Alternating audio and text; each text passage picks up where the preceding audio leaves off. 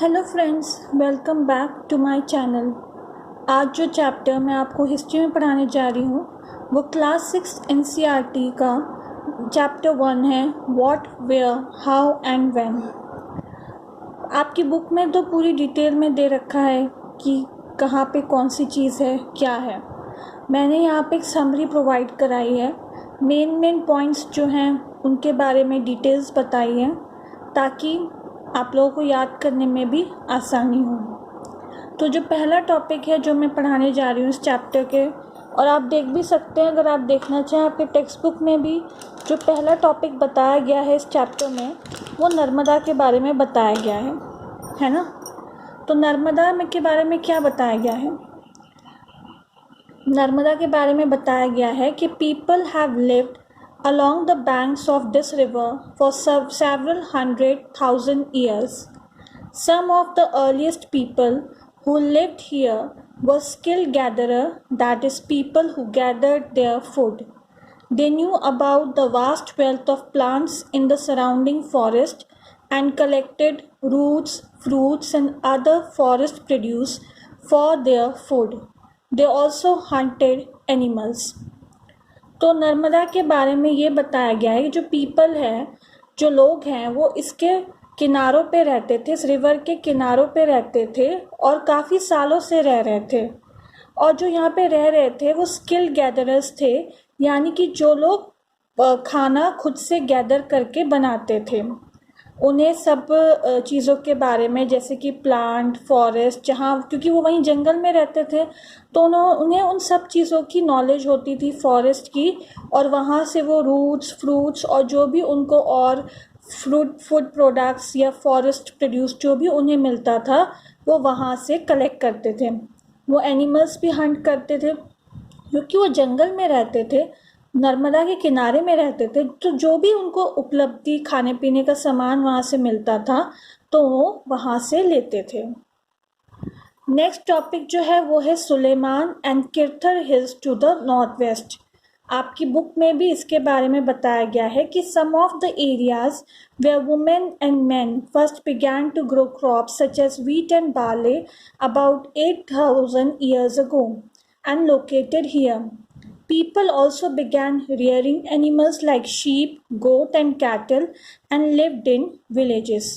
तो सिमिलरली सुलेमान और किरथर हिल्स में भी वो पहला एरिया है जहाँ पे wheat and barley 8,000 years ago पहले ग्रो किया गया था।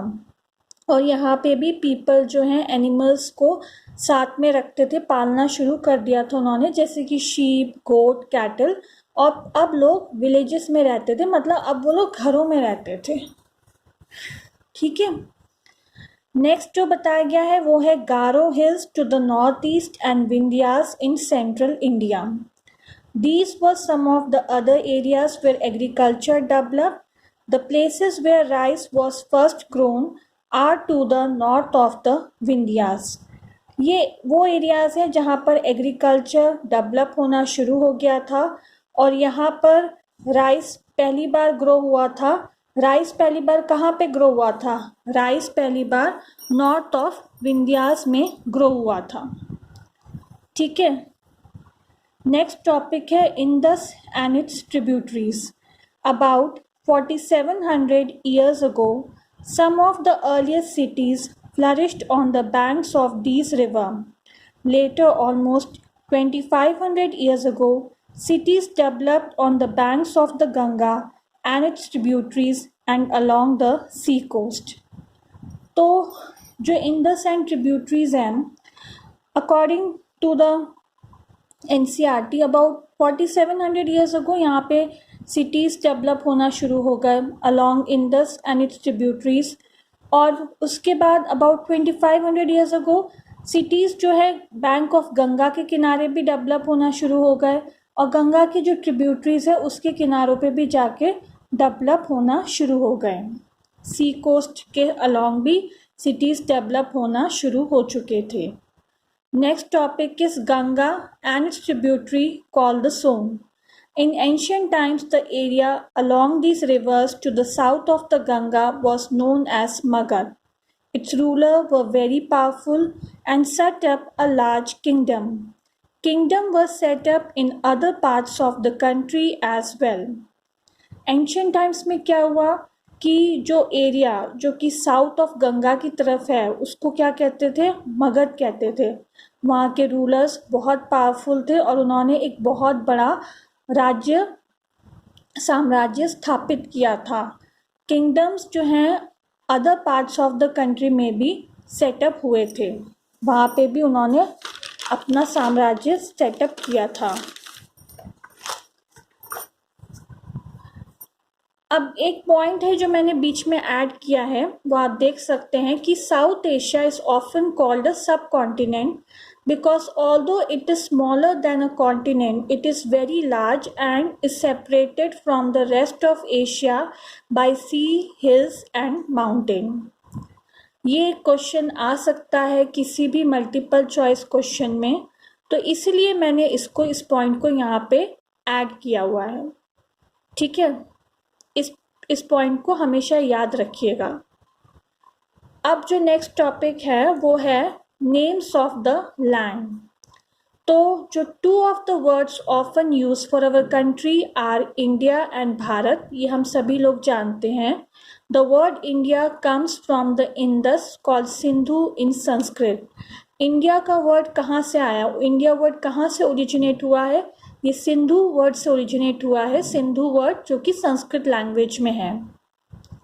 The Iranian and the Greeks who came through the northwest about 2500 years ago and were familiar with the Indus called it the Indus or the Indos, and the land to the east of the river was called India. जो Iranian और जो Greek आए थे north west से 2500 years पहले, वो इस Indus word से फेमिलर थे, तो उन्होंने इंडिया को क्या बोल दिया, उन्होंने बोल दिया इंडोस और इंडोस, हिंदोस और इंडोस बोल दिया। और जो लैंड था ईस्ट ऑफ द रिवर उसको बोल दिया इंडिया। इंडस के ईस्ट ऑफ द रिवर को, इंडस के ईस्टर्न साइड को उन्होंने इंडिया बोल दिया। The name Bharat was used for a group of people who lived in the north west and who are mentioned in the Rigveda. The earliest composition in Sanskrit dated to about 3500 years ago. और भारत नाम किस area को दिया, जो लोग north west side रहते थे, north east side को तो उन्होंने नाम दिया इंडिया, ईरानियन और ग्रीक्स ने, और नॉर्थ वेस्ट साइड को जो नाम दिया वो दिया भारत। और वहाँ के लोगों को भी भारतीय बोलते हैं, जैसे कि आप लोग जानते ही हैं। और इसका मेंशन आपको ऋग्वेद में भी मिलेगा। और ऋग्वेद क्या है, ऋग्वेद जो है अर्लीस्ट कंपोजिशन है संस्कृत लैंग्वेज में, जो कि 3500 ईयर्स अगो पहले हुई है। Later it was used for the country. और थोड़े दिनों बाद या कुछ ईयर्स बाद होल कंट्री को ही इंडिया बोल दिया गया, और ये कंपोजिशन भी जो है पूरे इंडिया के लिए ही यूज़ की गई। ठीक है, तो आज मैंने आपको इस चैप्टर का हाफ पार्ट पढ़ाया है। नेक्स्ट वीडियो में मैं आपको इस टॉपिक का जो पार्ट रह गया है वो पढ़ाऊँगी।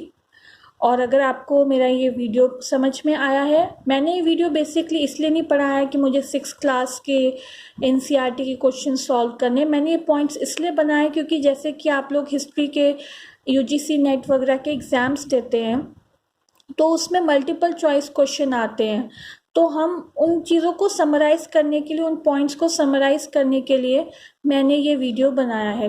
मैंने इसलिए जो मेन टॉपिक्स मुझे इस चैप्टर में दिखाई दिए, मैंने उससे के मेन पॉइंट्स यहाँ पे नोट डाउन किए हैं, और आप लोगों को भी आई थिंक समझ में आ गया होगा। बहुत शॉर्ट में है, अगर आप इसको पढ़ेंगे, 1-2 बार भी पढ़ेंगे तो आपको ईजिली लर्न हो जाएगा, कुछ करने की ज़रूरत नहीं पड़ेगी। तो अगर आपको मेरा ये वीडियो पसंद आया है then please like my channel, share my channel and subscribe my channel, and please जो बेल आइकन है उसको भी दबा दीजिए ताकि जब भी मैं कोई वीडियो डालूं तो आप तक उसकी नोटिफिकेशन पहुंच जाए। नेक्स्ट वीडियो तक बाय।